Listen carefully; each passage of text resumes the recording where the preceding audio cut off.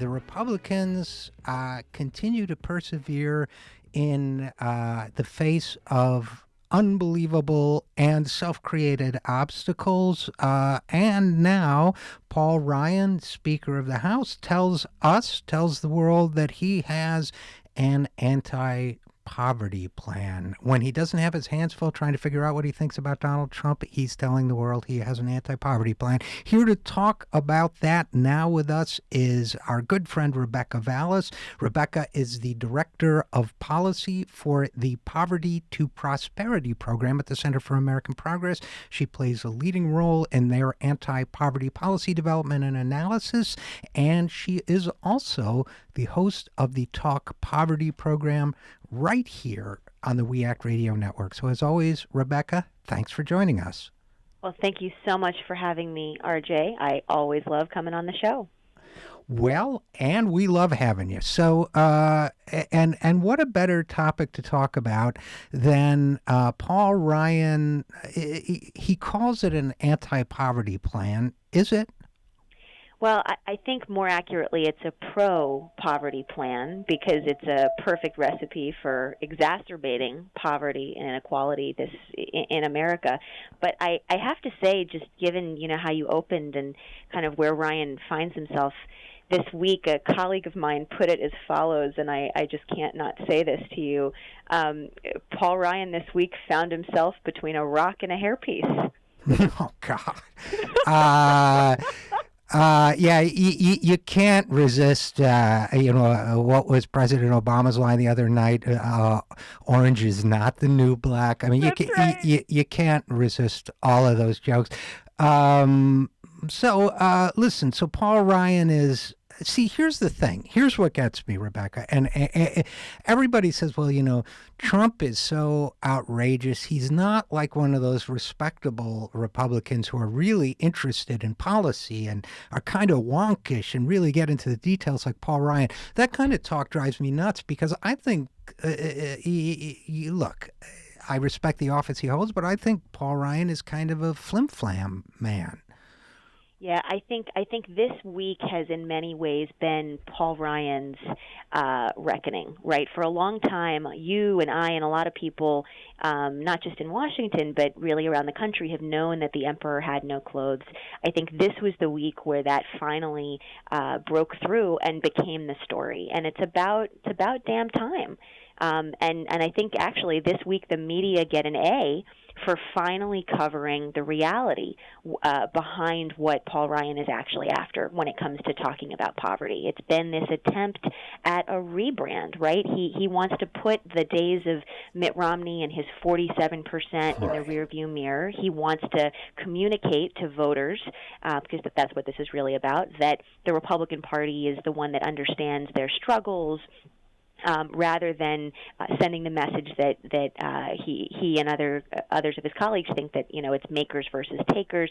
That's been his sort of 2 to 3 year plan and attempt here is to rebrand the GOP as the real poverty warriors.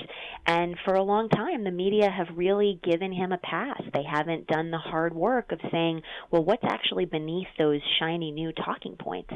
And what we saw finally this week, in large part because he had hitched his wagon to Donald Trump, a man who thinks wages in this country are too high, who inherited $1 million from his father and then tells us that he thinks half of Americans are earning money sitting there doing nothing all day. That's a quote, right? I think what finally broke through is that there probably aren't that many people in this country as out of touch with the struggles of everyday Americans as Donald Trump, except maybe congressional Republicans like Paul Ryan.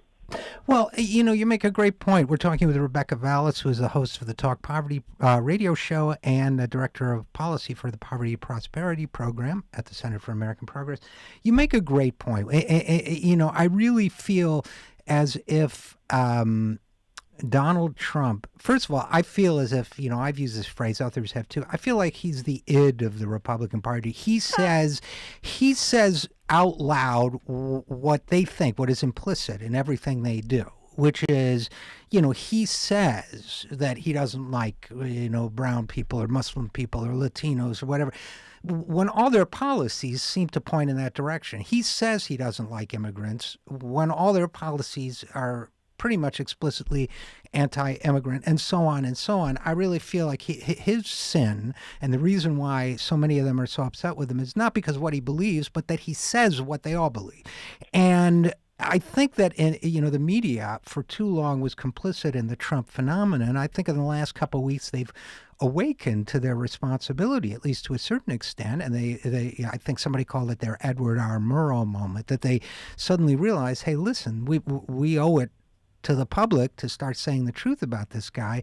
And I think Paul Ryan has gotten caught up in that. I think that now people are saying, well, wait a minute. First of all, they're asking Paul Ryan, if you really don't support the guy's racism, how can you support the guy?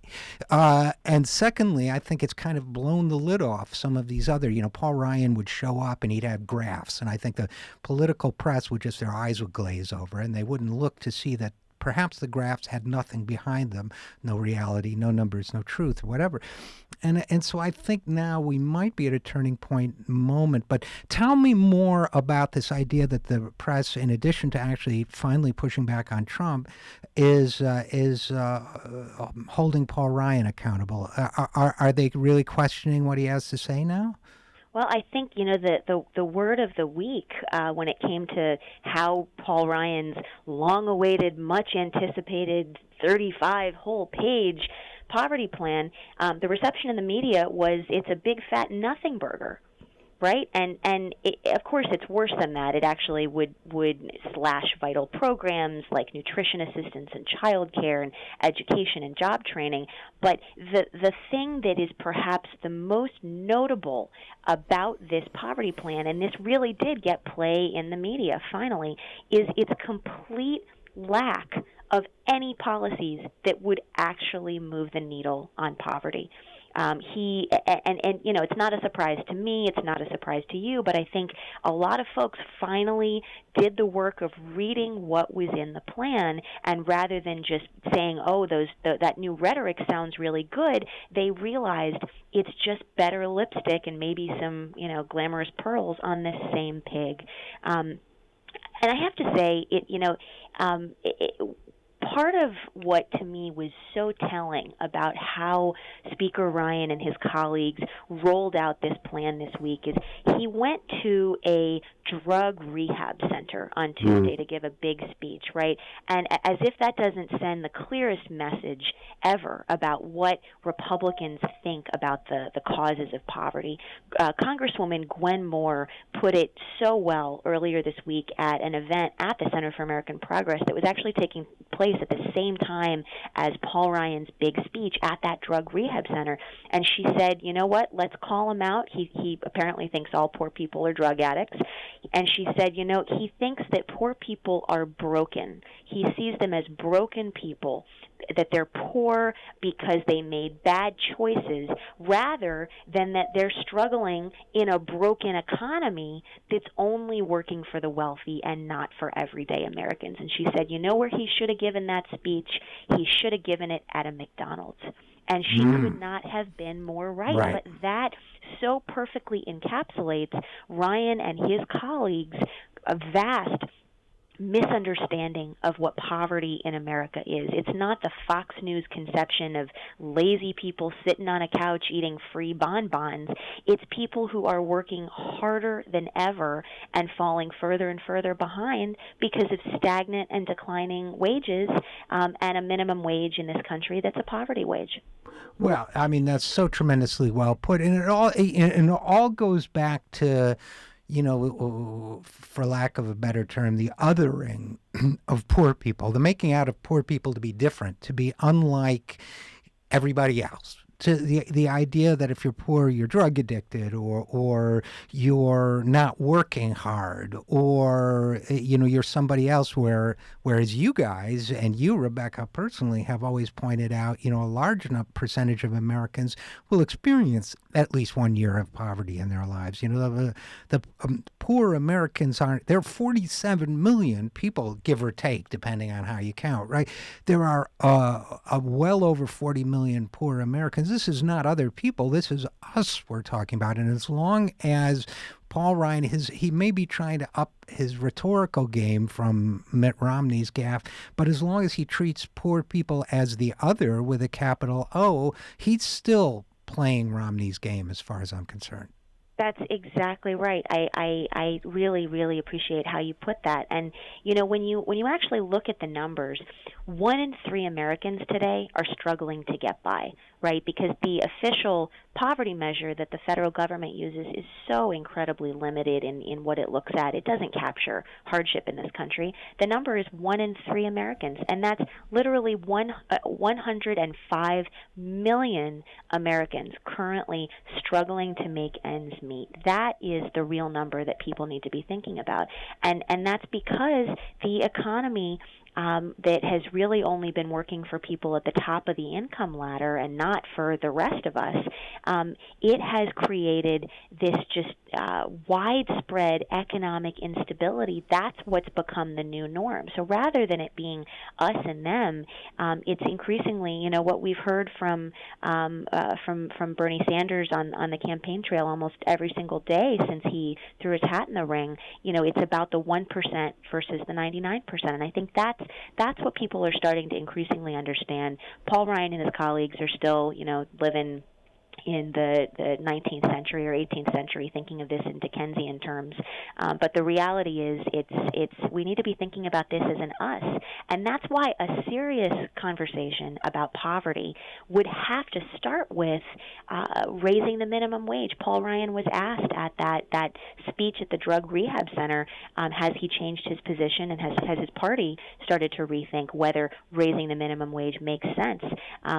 Reporters who asked him that question had noticed that there was no mention in his 35-page poverty plan about wages. There was also no mention of job creation, two critical pieces that have to be the cornerstones of a plan that would actually cut poverty and expand opportunity. And he said at that event, oh, no, we still don't want to raise the minimum wage. So this being a guy who claims to be the poverty warrior, but he has voted against raising the minimum wage in this country 10 times since taking office, and he's not willing to rethink that, because his idea of poverty is not about low-wage workers trying to do everything right and still not able to make ends meet. It's about some mythical Fox News conception of some other on the wrong side of the tracks. So you have a Republican ideology that says, on the one hand, that people who can't find a job are lazy, despite the incredible tightness of the job market for many, many people. Yes, the bottom line unemployment figures look better, but wage stagnation shows us there's still slack in this economy when it comes to people looking for work. So people looking for full-time work who can only find part-time work are lazy. People who can't find work at all are lazy. People who are working full-time, who even by the Republican logic should be celebrated. People who are working 2 jobs may still be, or a job and a half may still be in poverty. They don't want to lift even those people out of poverty by increasing the minimum wage. It just shows to me the gross hypocrisy of these people. Well, and their answer, of course, is work requirements. They believe, Ryan and his colleagues believe, that the way to get people out of poverty is to, quote, require them to work as a condition of receiving meager assistance through food stamps or housing assistance. It's basically, hey, we're going to ask you to work for free. We're going to make you work for free if you want to get these meager benefits. It so completely misses the point, as you said, that the face of poverty in America is largely it's people who are working, but wages just aren't enough. One of his colleagues at that event actually described poor people as, quote, untapped, dormant assets. Oh, my God. Untapped, dormant assets, yes. And had a little bit of fun with with Jared Bernstein on this week's episode of Talk Poverty Radio, which folks can hear throughout the weekend on the WEAC Radio Network or can listen to on iTunes. We were talking about untapped dormant assets, and he started calling them UDAs. So we renamed Paul Ryan's poverty plan, which he's calling a better way for UDAs. Well, you also just gave me the name of my next punk band. Is going to be the Untapped Dormant Assets. And believe me, we're going to rock the house.